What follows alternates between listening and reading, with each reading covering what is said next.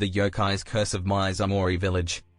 In the remote countryside of Japan lies Mizumori Village, a place known for its picturesque landscapes and serene atmosphere. Yet beneath the facade of tranquility, a haunting legend lingers, casting a shadow over the village's lives. The tale of the Yokai's curse has been passed down through generations, a warning of the supernatural forces that dwell within the dense woods surrounding the village.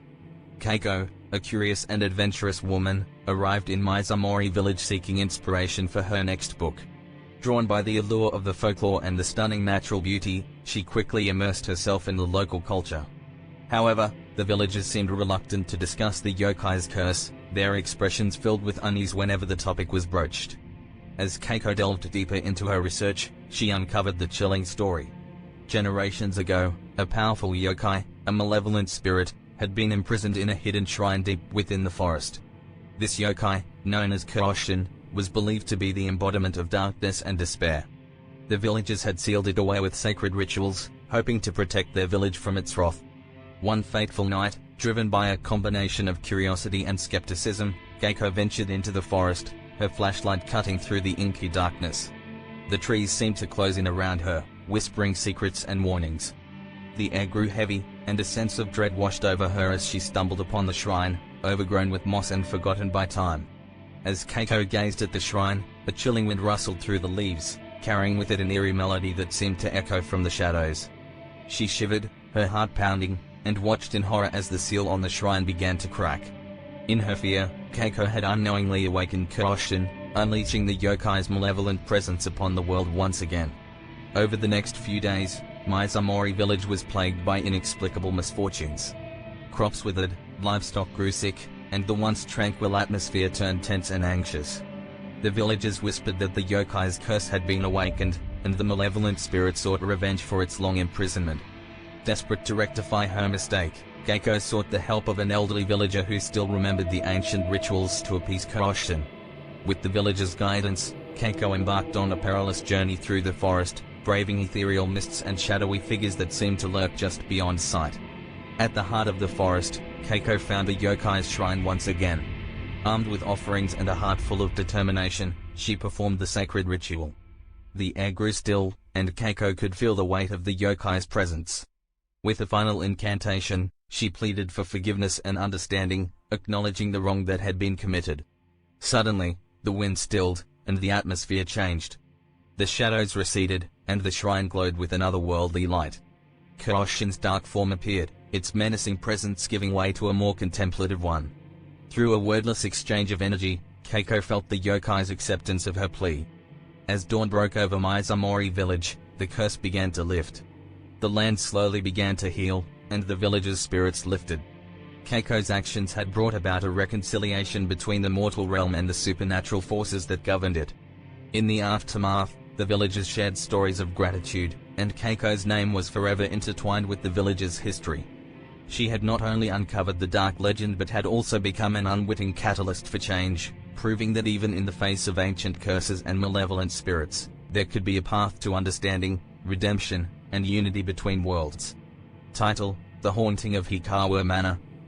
Nestled in the misty hills of rural Japan, Hikawa Manor stood as a centuries-old testament to a bygone era. Its elegant architecture and sprawling gardens were enchanting, but they masked a chilling history. The legend of Lady Uri, the ghostly figure said to haunt the manor, had terrified villagers for generations. Ayumi, a historian with a fascination for the supernatural, arrived at Hikawa Manor with a mixture of excitement and trepidation. She had heard the whispers of Lady Uri's lingering spirit and was determined to uncover the truth.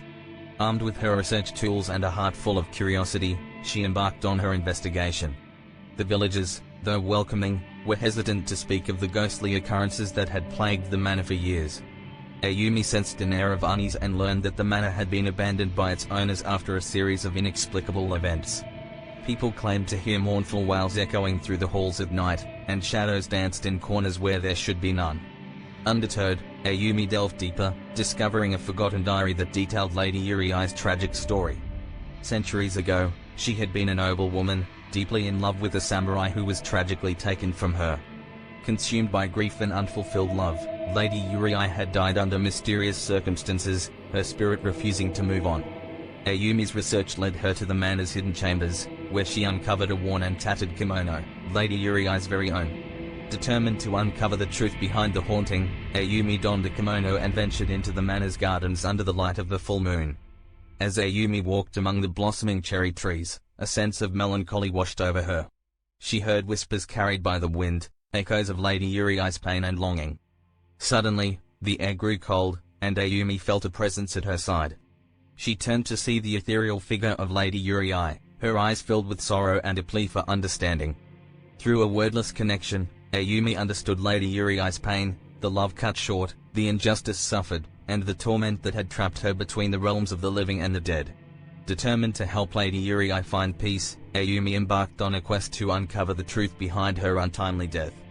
With the villagers' assistance, Ayumi pieced together the puzzle, revealing a web of deception and betrayal that had led to Lady Yuriai's demise.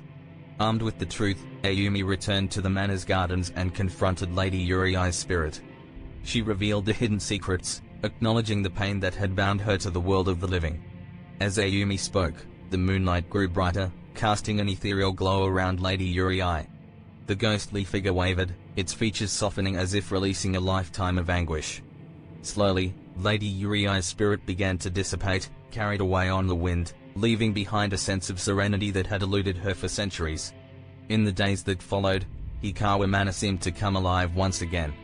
The chilling whispers faded, and the shadows were replaced by warm sunlight that streamed through the windows. The villagers felt a newfound sense of tranquility, and Lady Yuriai's story became a symbol of redemption and closure. Ayumi's research and compassion had not only unraveled the mystery behind the haunting but had also granted Lady Yuriai the peace she had yearned for.